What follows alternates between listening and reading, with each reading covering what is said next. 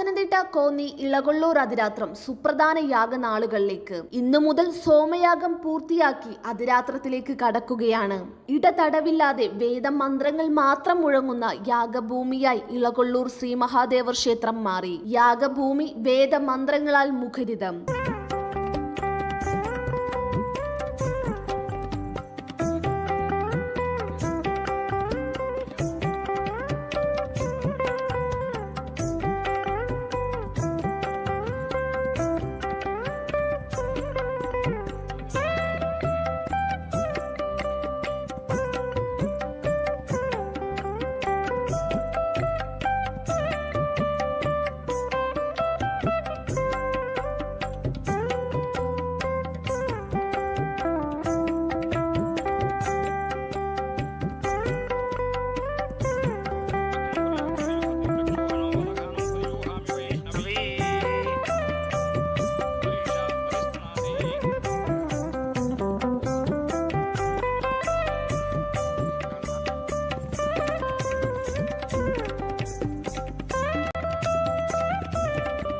അഞ്ചാം പ്രവർഗ്യത്തിനും ഉപാസത്തിനും സുബ്രഹ്മണ്യ ആഹ്വാനത്തിനും ശേഷം ഇന്ദ്രൻ യാഗശാലയിലേക്കെത്തി യാഗം സ്വീകരിക്കാൻ തയ്യാറായി എന്നാണ് സങ്കല്പിക്കുന്നത്. ഇന്ദ്രന്റെ സാന്നിധ്യം അറിയിച്ച് മഴ പെയ്തതോടെ ഭക്തർ ആ ദിവ്യ സാമീപ്യം നുകർന്നു. ചടങ്ങുകളുടെ ഭാഗമായുള്ള അരണികടയിലും ഇന്നലെ നടന്നു. ഇതോടെ സമ്പൂർണ്ണ അതിരാത്രയാഗത്തിന് തുടക്കമാകും. തുടർന്ന് ഹവിർദാന മണ്ഡപത്തിൽ സോമം ഇടിച്ചു പിഴിഞ്ഞ് സോമയാഗത്തിനുള്ള നീരെടുക്കും. ഇളകൊള്ളൂർ അതിരാത്രത്തിനുള്ള സോമലത എത്തിച്ചിരിക്കുന്നത് കാശ്മീരിലെ ലഡാക്കിൽ നിന്നാണ്. കുട്ടികളും സ്ത്രീകളും ഉൾപ്പെടെ നിരവധി വൈദികരാണ് അതിരാത്രത്തിൽ പങ്കെടുക്കുന്നത്. വിഷ്ണു സോമയാജിയാണ് യാഗ യജമാനൻ. അദ്ദേഹത്തിന്റെ പത്നി ഉഷ പത്തനാടി യജമാന പത്നിയും. 2 വർഷം മുമ്പ് തന്നെ ത്രിവിധ അഗ്നികളെയും ഉപാസിച്ച് സോമയാജി യാഗ യജമാനാധികാരം അദ്ദേഹം നേടിയിരുന്നു. ഋത്തുക്കളായ മറ്റു വൈദികർ സംസ്ഥാനത്തിന് പുറത്തു നിന്നുള്ളവരാണ്. മെയ് 1 യാഗം സമാപിക്കും.